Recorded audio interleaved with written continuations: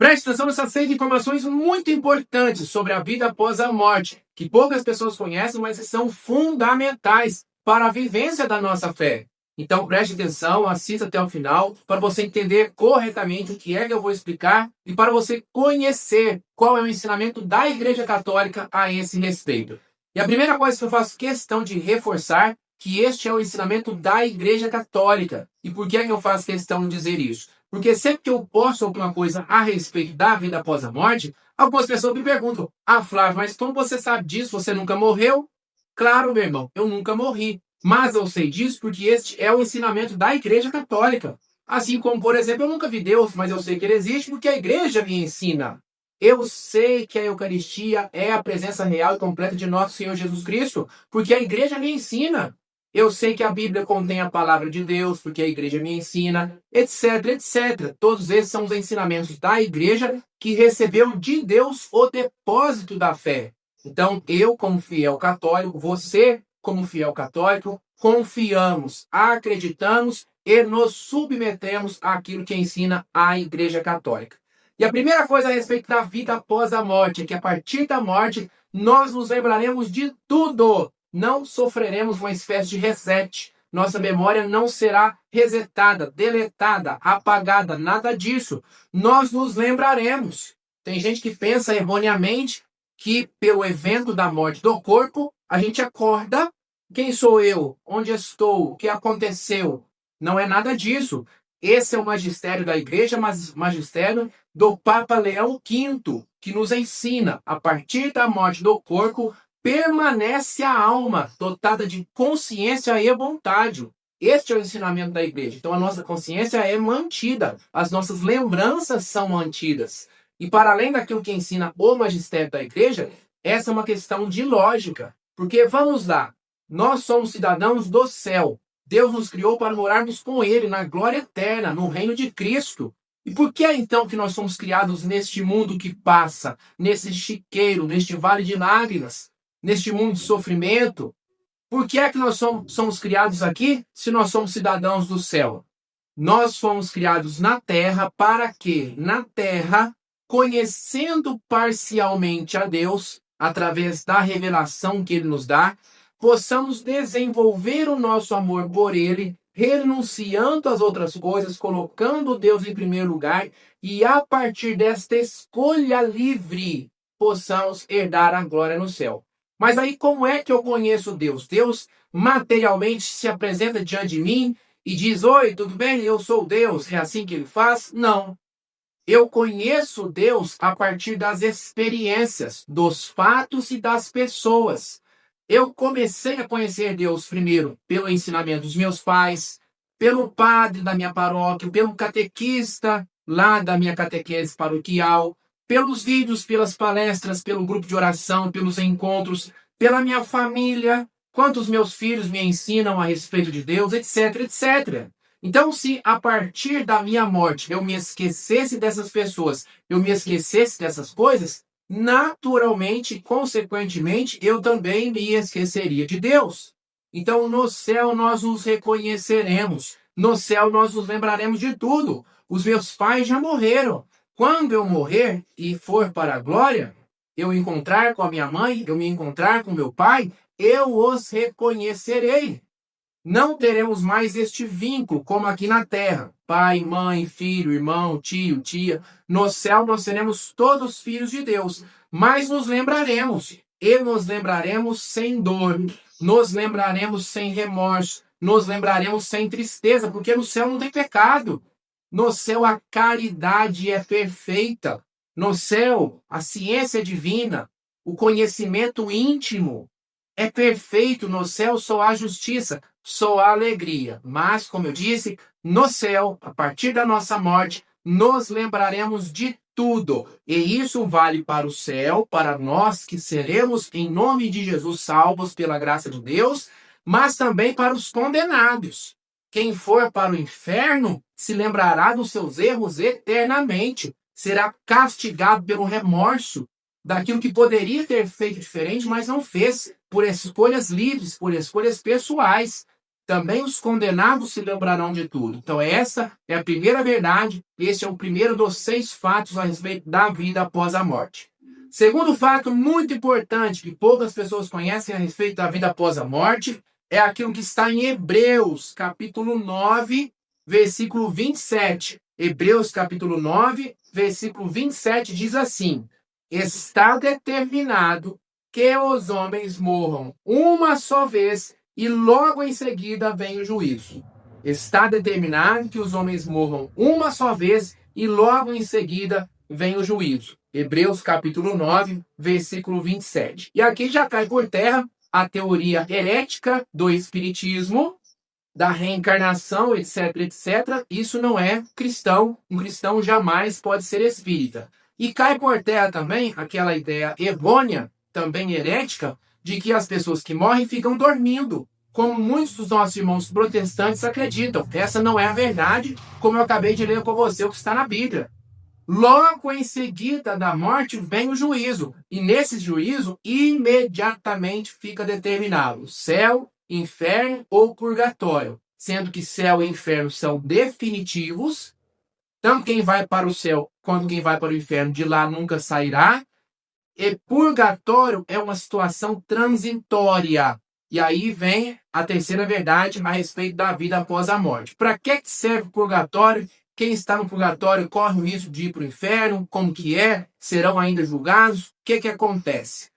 Todos que estão no purgatório irão para o céu. Hoje, amanhã, daqui 1000 anos, mas todos já estão salvos. O que é que as pessoas estão fazendo no purgatório?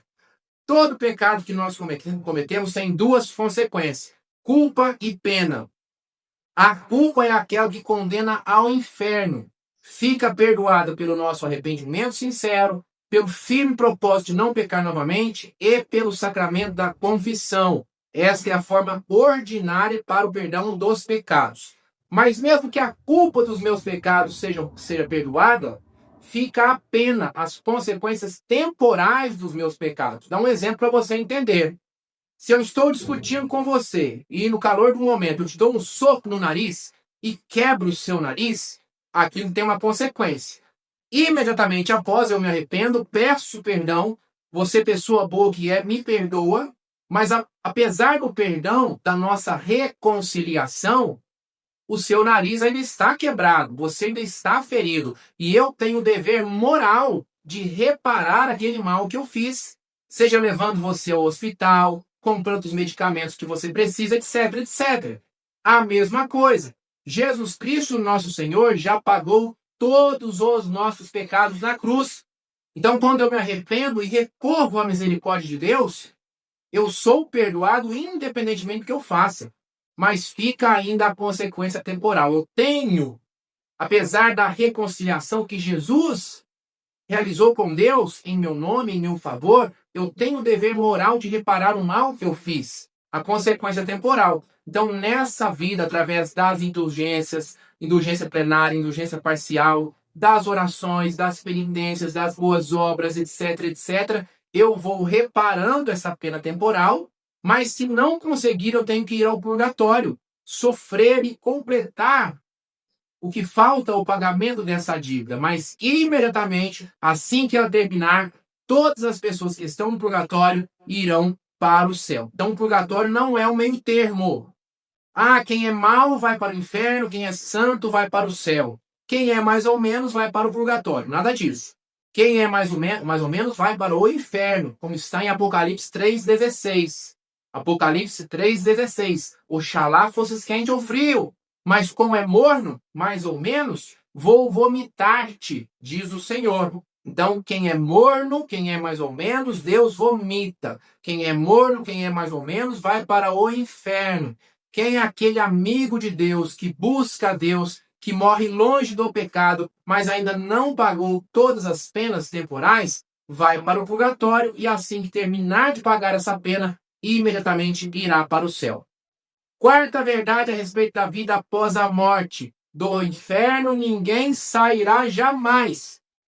Do inferno ninguém já sairá jamais.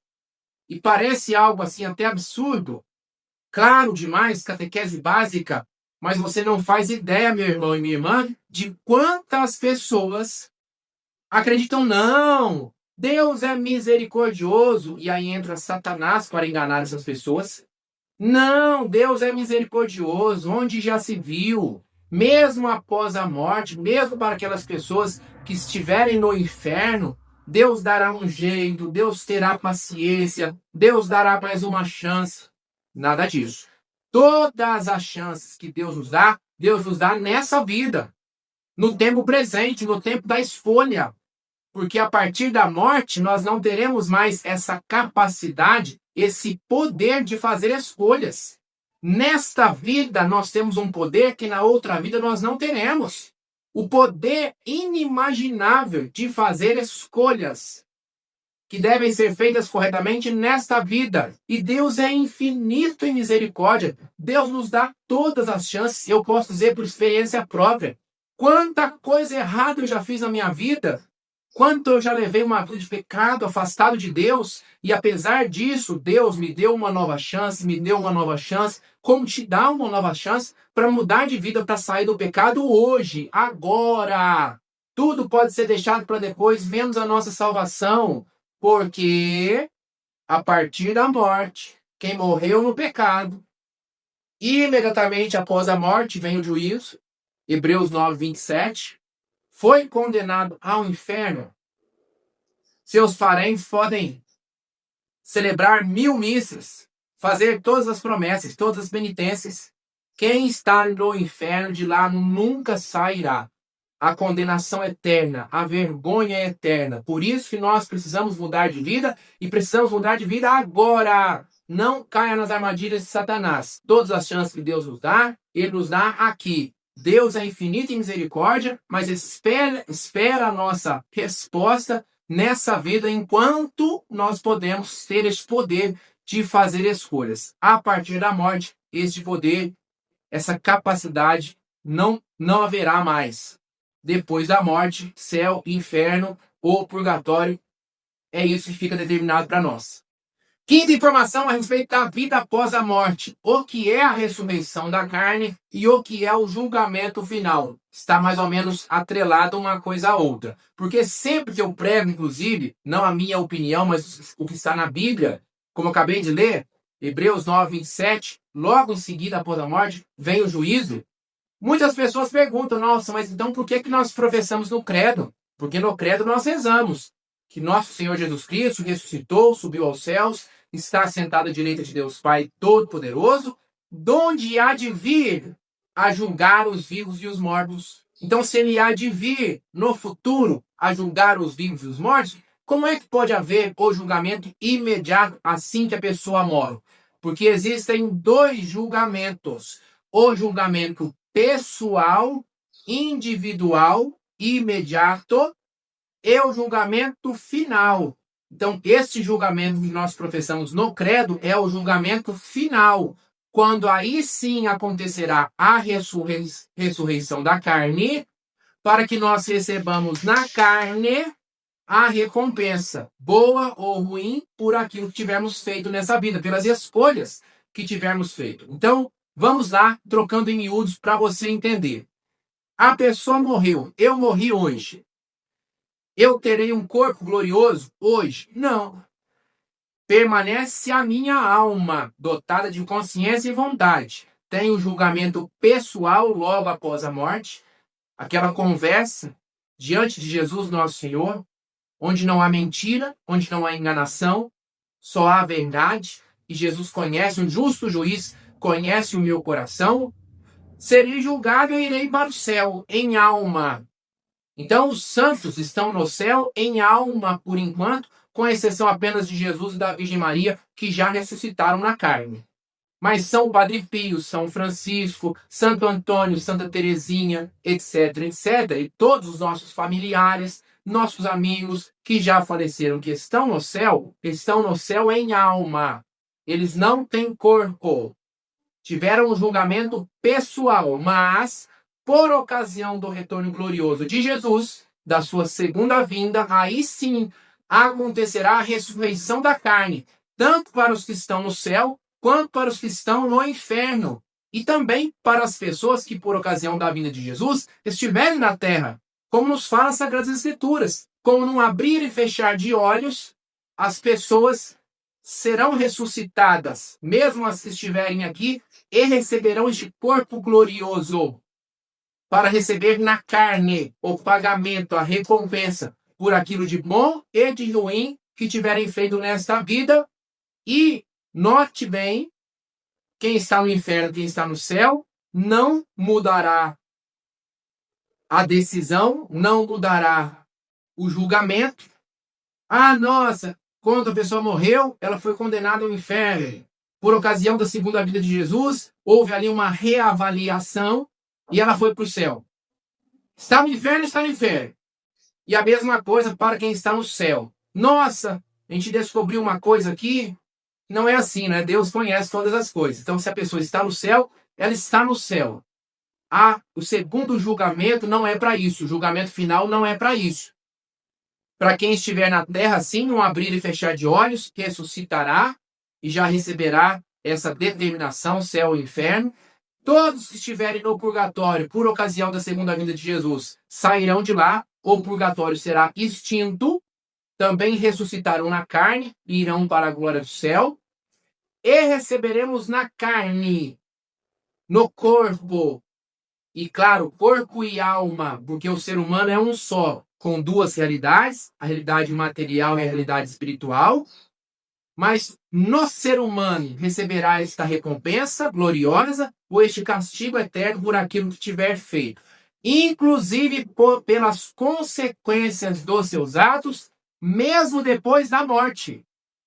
Preste atenção. Eu aqui, Flávio, glória a Deus, louvado seja Deus.